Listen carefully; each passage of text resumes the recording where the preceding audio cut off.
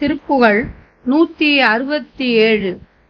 திடமிலி சத்குணமிலி நல் திறமிலி அற்புதமான செயலிலி மெய் தவமிலி நல் ஜபமிலி சொர்க்கமுமீறி இடமிலி கை கொடையிலி சொற்கு இயல்பிலி நல் தமிழ் பாட இருபதமுற்று இருவினை அற்று இயல் கதியை பெறவேணும் கெடுமதி உற்றிடும் அசுர கிளை மடிய பொறும் வேலா கிரண குறை பிறை அருகு அக்கு இதழ் மலர் கொக்கு இறகோடே படர் சடையில் புனை நடன பரமர் தமக்கு ஒரு பாலா பல வயலில் தரள நிறை பழனி மலை பெருமாளே.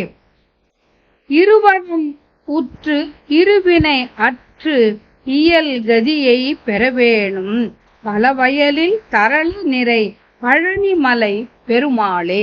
இந்திய அறிவை கொண்ட அசுரர் கூட்டம் இறந்து போகுமாறு போரிட்ட வேலனே, ஒளிக்கதிர் குறைந்த இளம் பிறையையும் அருகம்புல்லையும் எலும்புகளையும் கொன்றை மலரையும் கொக்கினது இறகுடனே பரந்த சடையில் அணியும் கூத்தப் பெருமானின் ஒப்பில்லாத மகனே, பல வயல்களிலும் முத்துக்கள் நிரம்பி உள்ள பழனிமலை பெருமாளே.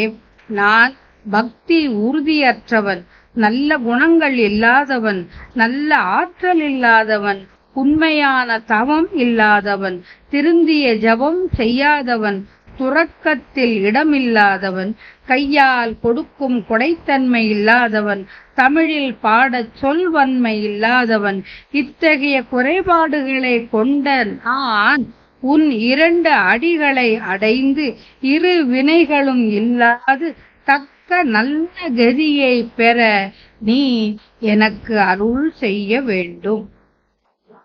கொக்கு இறகு. புரண்டாசுரன் என்பவன் கொக்கின் வடிவத்துடன் தேவர்க்கு துன்பம் இழைத்து வந்தான். அவனை கொன்று அவன் சிறகை சிவபெருமான் அணிந்து கொண்டார். புரண்டரம் என்றால் கொக்கு.